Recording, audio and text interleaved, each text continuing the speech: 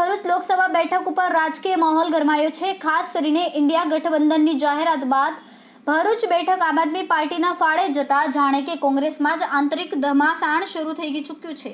એક તરફ ઇન્ડિયા ગઠબંધનને લઈને કેટલાક કોંગ્રેસી આગેવાનો તેના સમર્થનમાં છે, તો બીજી તરફ ગુજરાત કોંગ્રેસના મહામંત્રી સંદીપ પાંગરોલા, પૂર્વ જિલ્લા કોંગ્રેસ પ્રમુખ પરિમલસિંહ રાણા, પૂર્વ લોકસભા ઉમેદવાર શેરખાન પઠાણ સહિતના આગેવાનો અને કાર્યકરો ગઠબંધનના મુદ્દાને પડકારીને કોંગ્રેસના નેતૃત્વને પડકારી રહ્યા છે।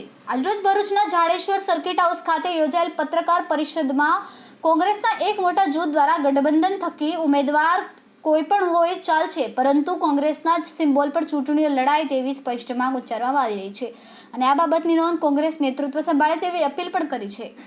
રિપોર્ટર રવિ સૈયદ, તહેલકા ન્યૂઝ, ભરૂચ। આગેવાનો નિર્ણય લેશે કે કઈ દિશામાં જવાનું?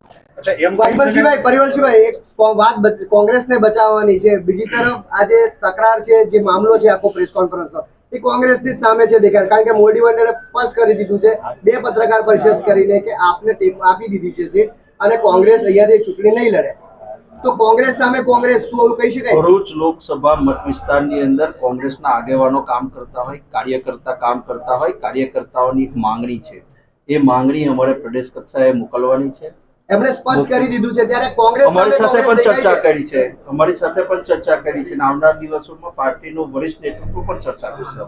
પરિમલસિંહ, આજે જિલ્લામાં કોંગ્રેસમાં બે ફાટા છે, જિલ્લા કોંગ્રેસમાં, તો એ કઈ રીતે કરશે? અહીંયા તમે જોયું હશે, સિનિયર આગેવાનો, તાલુકા કોંગ્રેસ સમિતિના પ્રમુખો, શહેર કોંગ્રેસ સમિતિના પ્રમુખો અહીંયા બધા જ હાજર છે। તમે જોયું હશે કે કોણ હાજર છે। જિલ્લા પ્રમુખની ગેરહાજરીને કેવી રીતે બોલાવી? સ્વાભાવિક છે કે એમની વિચારધારા જે હશે, અમે કોંગ્રેસની વિચારધારા સાથે બંધાયેલા છે અને વરિષ્ઠ આગેવાનો સાથે એક સાથે સુરમાં છે। નારાજ નેતાઓ દિલ્હી જશે? કોઈ પણ જગ્યાએ જ્યાં યોગ્ય રીતે રજૂઆત કરવાની હશે ત્યાં જવામાં કોઈ વાંધો નથી અને વાર્તાલાપ ચાલુ છે। ભાઈએ જે વાત કરી કે કોંગ્રેસના લીડરશીપે નિર્ણય જાહેર કરી દીધો છે, તો અમને પણ ખબર છે કે નિર્ણય જાહેર કરી દીધો છે, પણ આજે પણ એ વાટાઘાટો ચાલુ છે અને એટલા જ માટે આપને કહેવા માંગુ છું કે આના ઉપર ચોક્કસ કોંગ્રેસના સિમ્બોલ માટે અમે કોઈ બાંધછોડ કરવાના નથી અને આગામી દિવસોની અંદર એનું પરિણામ તમને જોવા મળશે। ભૂતકાળમાં અત્યાર સુધી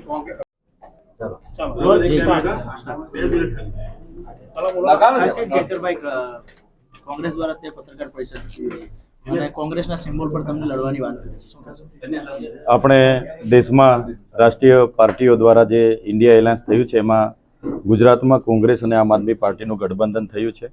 ભરૂચમાં ગઠબંધનમાં ભરૂચ સીટ આમ આદમી પાર્ટીના ઉમેદવાર તરીકે મારા નામની જાહેરાત થઈ છે, ત્યારે કોંગ્રેસના આગેવાનોએ પણ ઈચ્છા વ્યક્ત કરી છે કે ચૈતરભાઈ કોંગ્રેસના સિમ્બોલ પરથી લડે, પરંતુ હું આમ આદમી પાર્ટીના સિમ્બોલ પરથી ધારાસભ્ય તરીકે ચૂંટાયો છું, વિધાનસભામાં દળનો નેતા પણ છું, એટલે હાલના તબક્કે હું એમની જે લાગણી છે કે એમના સિમ્બોલ પરથી લડે તો એમની વાતને હું અમારા રાષ્ટ્રીય નેતાઓ સુધી પહોંચાડીશ અને એમના પણ સલાહ સૂચન લઈશ અને ચોક્કસ અમે કોંગ્રેસના તમામ આગેવાનો, તમામ નેતાઓ બધા અમે સાથે રહીને ભરૂચ લોકસભા કઈ રીતના જીતાય છે એ પ્રકારની અમારી રણનીતિ અમે બનાવીશું। હાલમાં અહીંયા બધા આગેવાનો ભેગા થયા, કોંગ્રેસ લોકોનો ખુલ્લો વિરોધ છે આપનો?